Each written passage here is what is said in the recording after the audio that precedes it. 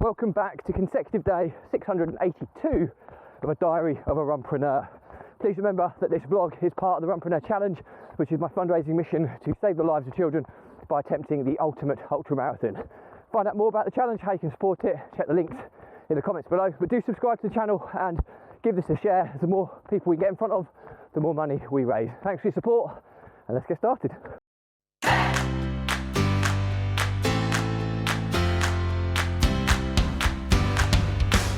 So, apologies first of all. It's day 682 of a diary of a Runpreneur, and yeah, I got my numbers mixed up for the past few days, so you probably think there's a bit of a jump, but what ultimately happened, cut a long story short, is I use a very simple Google search, number of days since the 31st of May 2020, which is I started on the 1st of June, so by doing that calculation it gives me the exact number of days that I've run for, or the day that I'm running for. So, but what I'd been doing recently is A, not checking it when I come out for a run, and B, I hadn't refreshed the page, so I was thinking I was still on 679, but I'm actually on 682. So I have done every single vlog. If you count them up, you'll see that I've done them, but the numbers were a bit sporadic, so hopefully it'll be down to the editing team to sort that out for me when they go out, but I have vlogged every single day. But anyway, cut long story short, day 682 of a diary of a Runpreneur, and today it's been, I'll give you an update, is yesterday I was in London. I don't often like going into London. That's a dead badger. Oh, there was half a badger on one side of the road and the other half on the other side, and that's pretty grim, but something's obviously had a feast, the cycle of life, hey? But anyway, I digress. So yeah, so I was in London yesterday, and it was really interesting because you know, I talked about one of my business partners, Jack, and Jack is the networker, the relationship building part of the business, really, the marketing, and he also heads up the sales side.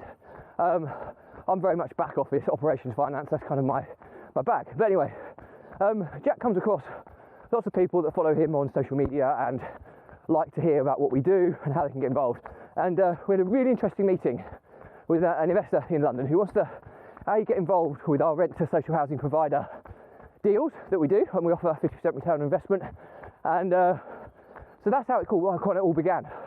But then through more exploration with this particular investor, he has 1,200 rooms that he operates on a rent-to-rent basis. So he's renting the properties and then subletting them out to professional tenants. And real big player. I mean, his revenues are in excess of 10 million a year, so he's a serious player.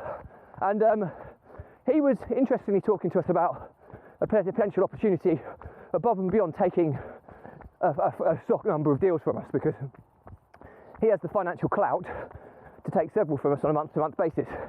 But what he was looking at doing is talking to us about exits and business valuations and how they can be worked. And the rough guidance was that it's all done on EBITDA, so in simplistic terms, well, it's earnings before interest, tax, depreciation and amortization. I think that's what it means. But basically, and I think it's here before tax as well. Something along those lines. But to cut a long story short, it's your net profit before tax. Pretty much my understanding of it anyway. Sorry if that's wrong, but that's my understanding. So basically, a business valuation is normally calculated on the annual EBITDA figure, okay?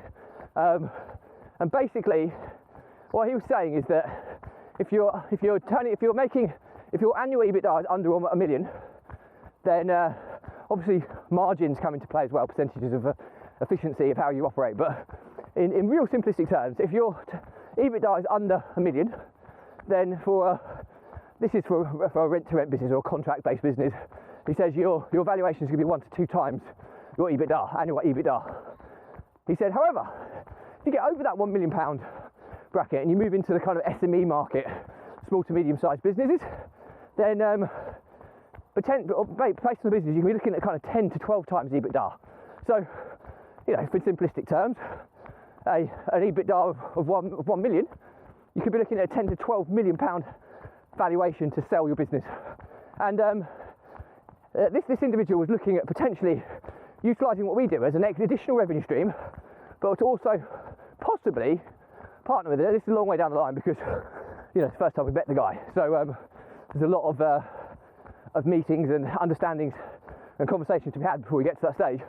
But super exciting because the other thing that was really exciting is he's operating at a different level to what I've ever operated. I've always operated as a micro business owner. I think my annual turnover has been $1 million at the most in one particular in the property business in its prime. The stuff we're doing now, our turnover figures are starting to get higher, so it's starting to get more and more exciting. But I've always operated as a micro business owner, working on efficiency, lifestyle entrepreneur. That's kind of how I've operated. But this guy's kind of introduced us to a whole other world, and he's also got the connections and the contacts as he's looking to exit within a number of years, and he sees what we do as a real opportunity to increase their EBITDA, potentially partner with us on this business, and then you know, we'll get a share of the overall sale, which will be split between the number of partners involved. It could be 3 to 4 million, something along those lines, which is a different way of looking at it. I've always looked at passive income, wanting passive income, but I can build this model again, and the thought process is that we could potentially do this as a strategy, build up to in excess of $1 million EBITDA per annum, package it up with the group of companies that this investor has, sell it, make a few mil. Sounds so easy, doesn't it? But in the background, continue building our business in taking on leases ourselves. So we're still building our passive income, but having a separate entity that takes X number of stock every month and packaging up and selling it as an exit. And then there's a massive opportunity there because we've always wanted to build a cash flow generating machine so that we can continue to buy assets, or buy properties in this instance. And the idea is get the monthly cash flow to a level where it could fund a deposit every month for a house.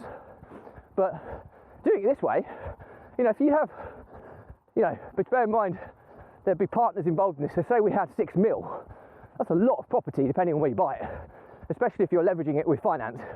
You can get a serious portfolio for that level. So it could supercharge our growth, which has really got me excited. So watch this space, I'll keep you posted. A lot of work to be done, a lot of exploration to do, a lot of things, so many things are going to go wrong at the moment, but it's exciting having these conversations and understanding things that I don't really understand enough about the sale and purchase of businesses. Okay, so this is going to be a steep learning curve for me. So so that was yesterday in London. Don't like going in there very often, but when you have days like yesterday, it kind of gives you a bit of a lift and a bit of there's some positivity in what we're doing, which is super cool. From a kind of running perspective and personal perspective, not a great deal to report. I'm loving the longer evenings. I'm out again at 7:30 tonight, and it's just nice being able to come out and it still be light, and it just doesn't feel so rushed. In the winter, you're rushing to get your run in. In the spring, summer, and some of autumn, you're able to space out your runs, with the daylight hours, and evening or nighttime runs are fewer and further between, which is something I really enjoy. Personally, I'm really looking forward to the Easter break. There's a few things I've got to box off tomorrow. Loads of DIY work to kind of get underway with, to kind of get my house finished. It's not far off, but still quite a lot more that I need to be working on, so that's what I'll be focusing on over the Easter break, whilst we've got some Irish family coming over as well, which will be cool to catch up with, especially as catching up with family over the last couple of years has been really difficult with COVID and everything. So that's pretty much it for me today. Any questions, drop me a comment, I'll respond to everyone. Remember that this vlog is part of the Runpreneur challenge, which is my fundraising mission to save the lives of children by attempting the ultimate ultra marathon. Find out all about the challenge, how you can support it, check the links in the comments below. But subscribe to the channel and give us a share more people we get in front of, the more money we raise. And I've launched a campaign called Caffeine for Kevin. If people can just afford to donate as little as a price of a cup of coffee once a month, could be super cheap, £1 a month, £2, £5, whatever. You know, because this journey is so long, those small little incremental amounts, you know, £1 a month will equate to about £120, £125 over the course of the whole journey of this challenge. £2, £250, etc., which is life-changing money to so many children. So, and it's such a small amount you probably won't notice it every month. So if you can support me, I'd love to get you involved. Thank you for your support as always. Stay positive, stay happy, and I'll see you again tomorrow.